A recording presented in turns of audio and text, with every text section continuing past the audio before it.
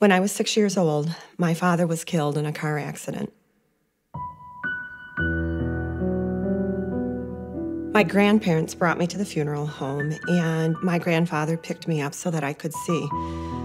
However, when I looked down into that casket and saw the lifeless body of my father, it terrified me, and I turned away and put my arms around my grandfather's neck and held him oh so tightly, and I never looked again. And that began many years of a fear of death.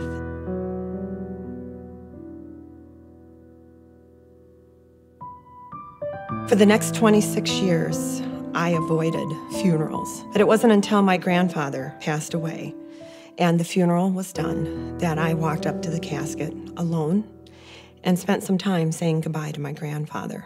I held his hand and I cried.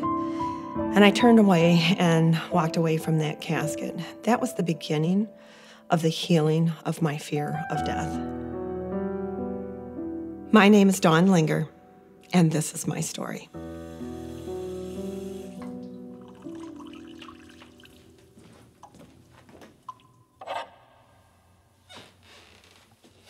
In 2008, my father-in-law had a massive stroke. And after spending a few days in the hospital, he came home to live with his daughter-in-law, Janelle, under hospice care. And that was the first that I had been introduced to hospice. I was there because I wanted to support my husband and his family, but I was terrified. And yet, as I watched that whole process unfold, I saw that dying could be with dignity, that dying could be a healing process. My mother-in-law, Nellie, suffered from congestive heart failure. The doctor said that she could no longer live alone.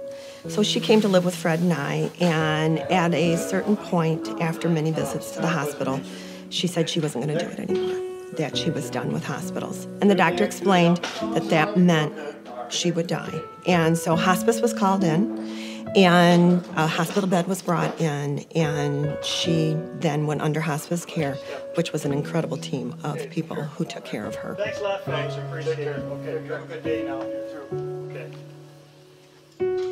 Okay. Having Nellie here was an extreme blessing because I had the privilege of getting to know my mother-in-law in a special way. We spent much time talking. I heard a lot of stories that I had never heard before. She had a tremendous love for the tigers. Oh my goodness, and that was the year that they were a challenge. She'd love to eat her peanut M&Ms, and she enjoyed doing her cross-stitching. And she was able to enjoy it because she was feeling so much better, and I can only attribute that to the great care she was receiving from her hospice team. Nellie put together a surprise for her family, and it was because of services that are provided by hospice, utilizing volunteers, that she was able to pull this surprise off. She and I worked with 2 different volunteers doing a My Life story, as well as special photographs never seen by her family. No one knew this was taking place. It was a secret. My instructions from Nellie, after this was all put together, was to be given to her children as a gift after she had passed. It was her final gift.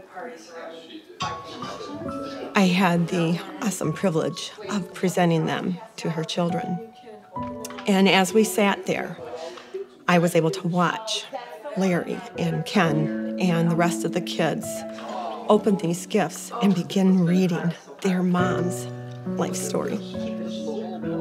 There were tears, and there was laughter, there was silence. It was an amazing gift that she gave to them. And I can't thank hospice enough and the wonderful volunteers who made that possible for her to do. For most families, after a loved one passes away, their story ends there. But for me, it was really just the beginning.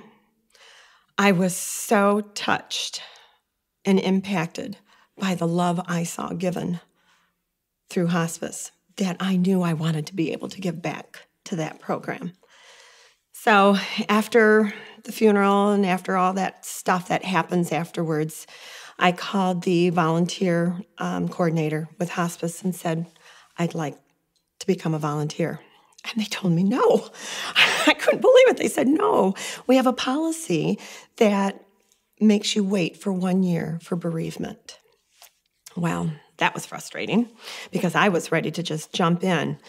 But it was a wise decision and it was a good policy. However, 1 year to the day, June 25th, 2012, I called the volunteer coordinator and said, okay, when do we get started? And that's when my life as a hospice volunteer began. And I haven't looked back. I now have 3 hospice patients that I'm working with, and they are incredible women. The first one is Doris, and she loves to quilt, and she has been teaching me how to quilt. She's an incredible woman, and I appreciate her so much. Then there is Greta. Now, Greta, she is not able to do a whole lot, and the one thing she asked for me to do for her was to just talk. And that's what I do. That's my gift. I'm really good at talking, and she loves that. But now we've built our relationship so that it's not just me talking. We talk together, and we love that. Then we have Ruth, and she is a very dear, special woman. She's 99 years old. She was a music teacher, and we just love singing the old hymns together and sharing scripture and just talking about our lives. And my life is so blessed. Here, I thought I would be able to impact lives for their good, when in fact, I'm the one who's receiving the blessing as a volunteer. I never would have imagined myself becoming a part of this incredible program, but it has been such a blessing in my life. It has brought so much healing to where I no longer fear death, and I realize that death can be part of dignity and living life to its fullest to the very end. And for that, I'm very thankful for. It's been a tremendous blessing in my life, and it's only because of hospice and the impact that they had in my life and in Nellie's life that this has ever become possible. And I know now that this is what I'm supposed to do. This is my life's calling, and I don't see myself ever doing anything different.